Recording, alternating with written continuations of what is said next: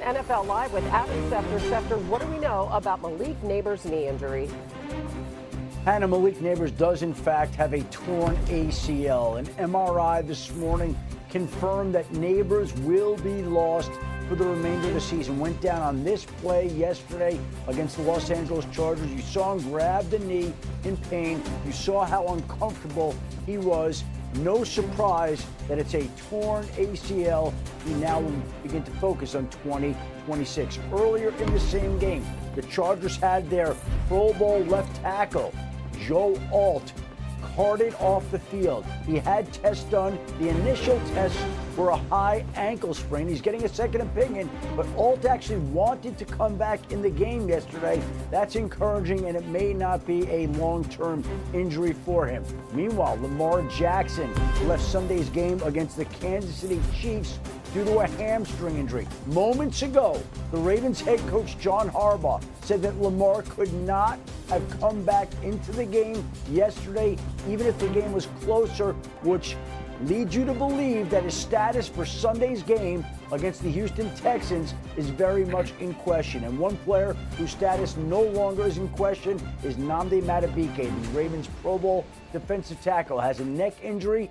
John Harbaugh said today he is now out for the season. The Ravens have been bracing to lose him. They placed him on injured reserve on Saturday, and Harbaugh confirmed a short time ago that Madubuike will not play again in 2025, which is yet the latest blow to a Ravens team that already has had more than its fair share of injuries. Yeah, about half a dozen defensive starters. You see Mina's expression there. Mina Kimes is with us, Dan Orlovsky, and the men in blue here. Different shades. Jason McCourty and Field Yates. But let's start with Lamar there. Dan, in addition to all of these other injuries, I know you're there in Miami where you're calling the game tonight. How concerned are you about this Lamar news?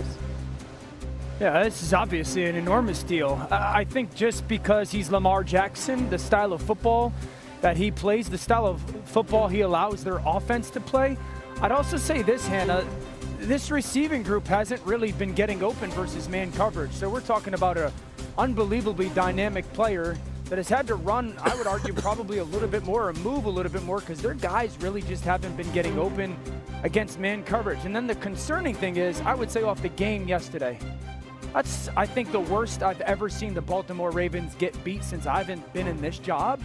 I think it's the most unprepared I saw the Baltimore Ravens since I've been in this job. You talk about an offense playing against a defense that loves to bring pressure, and they had absolutely no pressure playing against Kansas City. They look completely unprepared. Yeah, I share a lot of Dan's concerns, and especially if Lamar's out for any length of time or even injured and playing, you're worried for a number of reasons, one of which is they cannot run the football without him. When this team runs the ball, taking out Lamar carries, they are 30th league-wide in success rate. This is a team where the backs were third last year, led, of course, by Derrick Henry. There's a litany of reasons for that. Some of it is the run blocking. I think the absence of Patrick Ricard is sneaky big in this regard, but it's turned up the level of difficulty and then obviously becomes a non-factor when they're playing from behind. The other thing that really jumped out to me, Dan talked about the lack of plan versus the blitz. The other thing that I found really strange, to be honest, was the lack of plan versus a spy. The Chiefs obviously watched the Lions tape and used their backers kind of similarly, where they would walk them up to the line of scrimmage and then drop them. And the Ravens never attacked it once. I've been wondering, when you have those backers playing the shallow part of the field, play action pass over them, but there's nothing. And it seemed like they were almost taken aback to see it again, which surprised me. You see Derrick Henry's numbers there at the bottom of your screen, way down compared to last year, a couple of fumbles. But then if you go over to the defensive side of the equation, and we just heard about Madubuike, and you look at the number of key injuries they have on defense, wow, sitting at 1-3. How bad is this? It's bad because you look at it, not only the injuries, but this was already a defense that was struggling. They're last in the NFL when it comes to points allowed. Justin Madubuike is a huge piece, not only in the run game, but in the pass game as well as an interior pass rusher. I think worse than that, when you look at the rest of this list, no Roquan Smith on a defense that is at the bottom of the league when it comes to defending the run.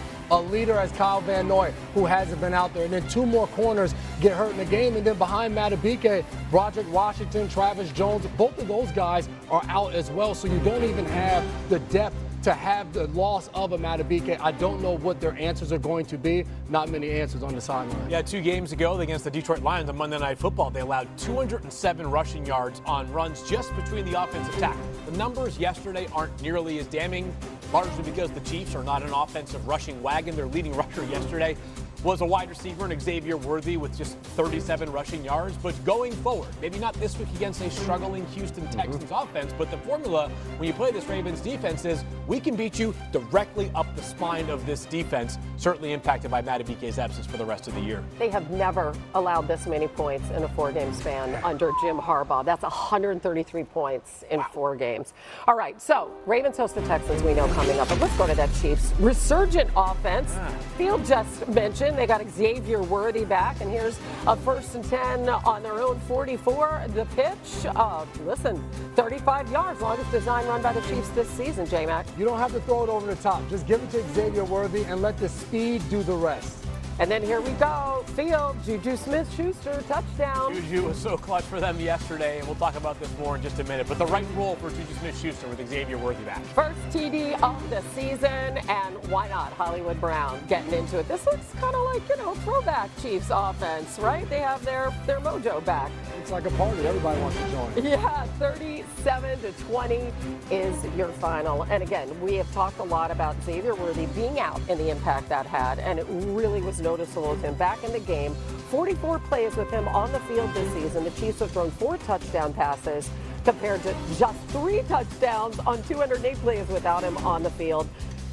Arfield said it moments ago. He led the Chiefs in both rushing and receiving yards. So how different did the offense look with him back? It's a 1-game sample size. I'm not sure the Chiefs' offensive woes are entirely fixed, but I do think it's very clear that what Xavier Worthy's presence allows the rest of the Chiefs' offense to do is settle into roles that they are better equipped at. When you have Tyquan Thornton and Juju Smith-Schuster as your number 2 and number 3 wide receivers, which has been the case for the Chiefs for basically the past 3 weeks, that to me is not a recipe for a high-powered offensive attack.